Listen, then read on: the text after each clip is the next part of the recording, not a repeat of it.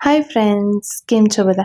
तमारुं बधानुं फरी एक वखत विडियोमां स्वागत छे। तो फ्रेंड्स, आजे हूँ तमारा साथे कंईक नवुं शेर करवा जई रही छुं।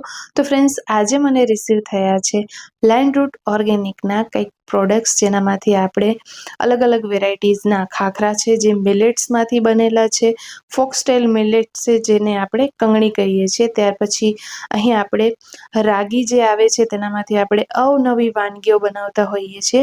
તો બસ આનો જ કંઈક આજે હું ઉપયોગ કરી અને એકદમ હેલ્ધી વાનગી બનાવીશ જે 1000 ગણી ફાયદાકારક છે। તેના ફાયદા સાંભળી અને આ મિલેટ્સ તમે જરૂરથી ઓર્ડર કરશો। તો ફ્રેન્ડ્સ, અહીં આપણે ગેસ ઉપર પેન મૂકી દીધું છે અને પેનમાં આપણે 2 મોટી ચમચી જેટલું ઘી ઉમેરી દીધું છે। આ મેલ્ટેડ ઘી નથી, જામેલું ઘી છે એટલે 2 ચમચી જેટલું ઉમેર્યું છે। તમે મેલ્ટેડ ઘી લેતા હો તો અહીં અડધી વાટકી જેટલું ઘી ઉમેરી દેવાનું છે। હવે ફ્રેન્ડ્સ, મેં અહીં કાજુ લીધા છે અને કાજુને આપણે અહીં તળી લેવાના છે। મતલબ કે જ્યાં સુધી તેનો કલર ચેન્જ ન થાય ત્યાં સુધી આપણે તેને તળી લેવાના છે અને ગેસની ફ્લેમ આપણે અહીં સ્લો જ રાખવાની છે, જેથી કરીને કાજુ જે છે એ બહુ બળે નહીં ઘીમાં, નહીંતર તરત જ કાજુ જે છે એ ઘીમાં બળી જશે। બહુ ઘી ગરમ હોય ત્યારે પણ નહીં ઉમેરવાના, એકદમ તેનો ડાર્ક કલર થઈ જશે। તો આપણે લાઇટ કલરના કાજુને તળી અને તેને બારે કાઢી લેવાના છે। તો ફ્રેન્ડ્સ, અહીં આપણે થોડું ઘી ઉમેરવું હોય તો ઉમેરી દેવાનું। અહીં આપણે કાજુને પણ બારે કાઢી લીધા છે। હવે ફ્રેન્ડ્સ, આજે આપણે જે બનાવવાના છીએ એ મેં અહીં લઈ લીધું છે ફોક્સટેલ મિલેટ, એટલે કે કંગની। હિન્દીમાં તેને કંગણી કહેવામાં આવે છે। તો ફ્રેન્ડ્સ, એનામાંથી અવનવી વાનગીઓ બનતી હોય છે, જેવું કે ઉપમા બને છે, તેનો શીરો બને છે, સાથે સાથે તમે તેને ઇડલી પણ બનાવી શકો છો। તો ફ્રેન્ડ્સ, અહીં આપણે કંગણીમાંથી એક નવી જ ડિશ બનાવવાના છીએ। તો અહીં મેં એક નાની વાટકી જેટલી કંગણી લઈ લીધી છે, એટલે કે ફોક્સટેલ મિલેટ લઈ લીધું છે। તો ફ્રેન્ડ્સ, આ એટલું ફાયદાકારક છે ને કે જેને પણ ડાયાબિટીસ હોય તો તેને રેગ્યુલર આ કંગણીનો ઉપયોગ કરવો જોઈએ, જેથી કરીને સુગર લેવલ જે છે ને એ ઘટી જાય છે અને 100% ડાયાબિટીસમાં તે ફાયદા આપે છે। તો એક નાની વાટકી જેટલી આપણે કંગણી લઈ લીધી છે, મતલબ કે ફોક્સટેલ મિલેટ લઈ લીધું છે। તો ફ્રેન્ડ્સ, અહીં આપણે ઘીમાં તેને ઉમેરી દઈશું અને ઘીમાં આપણે તેને શેકવાનું છે। તો અહીં તમે જોઈ શકો છો કે એકદમ મોટા મોટા તેના દાણા છે। તો મિલેટ્સ એને જ કહેવામાં આવે છે। તો મિલેટ્સ એટલે જાડું અનાજ, મોટું અનાજ, જેવા કે બાજરો છે, જુવાર છે, તો તેને મિલેટ્સ કહેવામાં આવે છે। અને ફ્રેન્ડ્સ, આની જે ખેતી હોય તેનામાં પાણીનો ખૂબ જ ઓછો ઉપયોગ કરવામાં આવે છે। જો ઘઉં અને ચોખા ન હોય અને આવા મિલેટ્સ જેવા કે બાજરો છે, જુવાર છે, એ ખાવામાં આવે ને તો આપણા ઇન્ડિયામાં શું ગમે ત્યાં કોઈ પણ બીમારી એવી લાગુ નહીં પડે, જો આપણે દરરોજ આપણા ડાયટમાં આને આપણે સામેલ કરીએ મિલેટ્સને। તો ફ્રેન્ડ્સ, એટલું હેલ્ધી છે, એટલું ગુણકારી છે કે આપણે બધાને આ મિલેટ્સનો ઉપયોગ કરવો જ જોઈએ। તો ફ્રેન્ડ્સ, અહીં આપણે વચ્ચે વચ્ચે રેસિપીનો પણ હું તમને જણાવતી જઈશ। તો અહીં આપણે ઘીમાં એકદમ સરસ રીતે ધીમી ગેસની ફ્લેમ ઉપર કંગણીને શેકી લેવાની છે। અહીં તમે જોઈ રહ્યા છો કે થોડો ઘણો અહીં કલર ચેન્જ થયો છે, તો હજી પણ આપણે તેને થોડું શેકવાની જરૂરત છે, કારણ કે ફ્રેન્ડ્સ, આને ચડતા થોડી વાર લાગે છે। તો ફ્રેન્ડ્સ, અહીં તમે જોઈ રહ્યા છો કે મેં પાણી લઈ લીધું છે અને આ પાણીને મેં ગરમ કરીને લીધું છે। તો આ રેસિપી માટે આપણે ગરમ પાણીનો જ ઉપયોગ કરવાનો છે। તો 2 ગ્લાસ જેટલું મેં પાણી ગરમ કરી લીધું છે। હવે 1 ગ્લાસ જેટલું આપણે અહીં ઉમેરી દઈશું અને સરસ રીતે તેને મિક્સ કરી લઈશું અને પછીથી આપણે પાણી ઉમેરીને આને આપણે કૂક કરવાની છે। તો ફ્રેન્ડ્સ, આને ચડતા થોડી વાર લાગશે। અહીં મેં નાનું પેન લીધું છે એટલે આપણે પાણી અત્યારે થોડું ઓછું ઉમેર્યું છે, પાછળથી આપણે થોડું થોડું પાણી ઉમેરતા જઈશું। તો ફ્રેન્ડ્સ, આ વિડીયો બહુ લોંગ ન થાય એટલા માટે મેં વચ્ચે વચ્ચે પાર્ટને કટ કર્યા છે। તો ફ્રેન્ડ્સ, આને બનતા 10 થી 15 મિનિટ લાગશે આ વાનગીને બનતા, અને આ વાનગી આજે હું શું બનાવી રહી છું એનો ખ્યાલ તો તમને આવી જ ગયો હશે। આગળ હું તમને જણાવીશ કે આજે મેં શું બનાવ્યું છે। તો એકદમ હેલ્ધી વાનગી બનાવી છે ફોક્સટેલ મિલેટની, એટલે કે કંગણીની।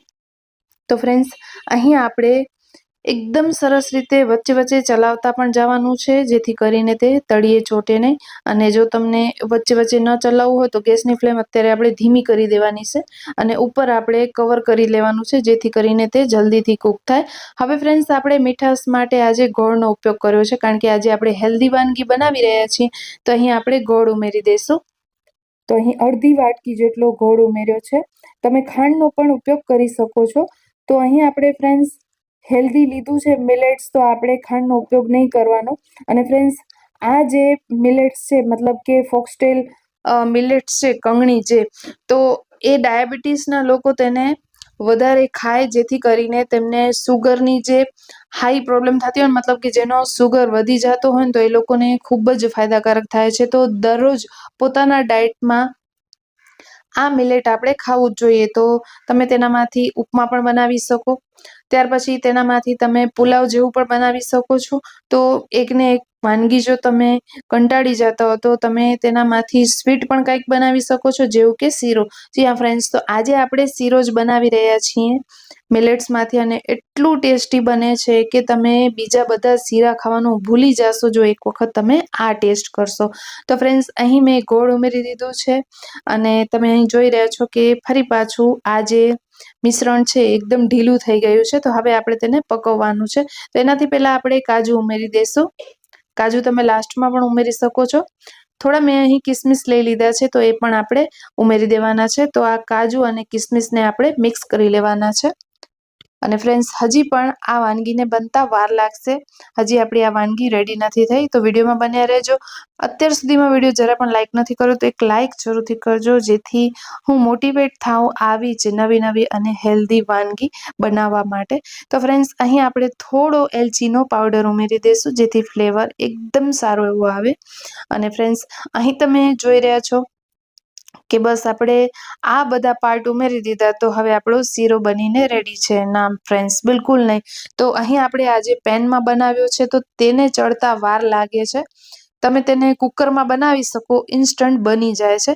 તો ફ્રેન્ડ્સ, અહીં તમે જોઈ લીધું કે બધા જ આપણે ડ્રાયફ્રૂટ્સ ઉમેરી દીધા છે. હવે આજે આપણે તેને થોડી વાર માટે ફરી પકવીશું, જેથી કરીને એકદમ સોફ્ટ થઈ જાય. અને જો તમને એકદમ લીસો શીરો જોઈતો હોય ને, તો આને આપણે મિક્સીના જારમાં પાવડર કરી અને પછી તેનો શીરો બનાવવાનો એકદમ ટેસ્ટી એવું લાગે છે. તો ફ્રેન્ડ્સ, અહીં આપણે થોડું તેનામાં પાણી ઉમેરીશું, જેથી કરીને તેના દાણા જે છે સરસ એવા ચડી જાય.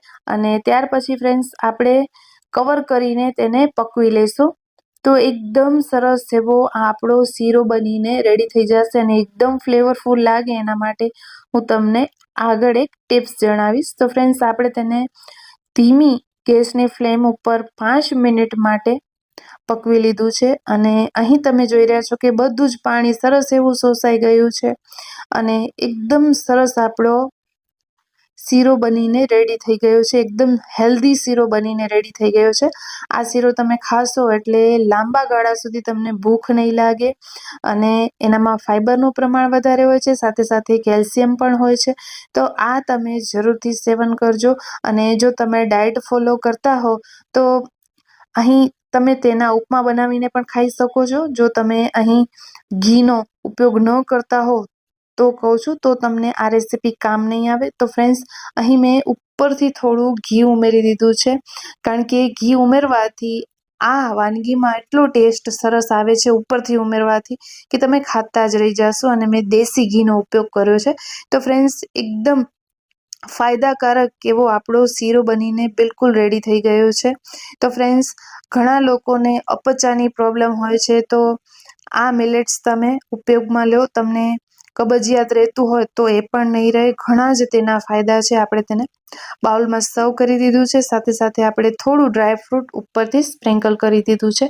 તો ફ્રેન્ડ્સ, તમે પણ ક્યારે બનાવો છો આ વાનગી ઘરે, તો મને કમેન્ટમાં જરૂરથી જણાવજો. તો મેં આ શીરો ઘરે બનાવ્યો અને બધાને એટલો ભાવ્યો કે વાત જ ન પૂછો. અને લાંબા ગાળા સુધી ભૂખ ન લાગી એટલું ટેસ્ટી આ શીરો બન્યો હતો.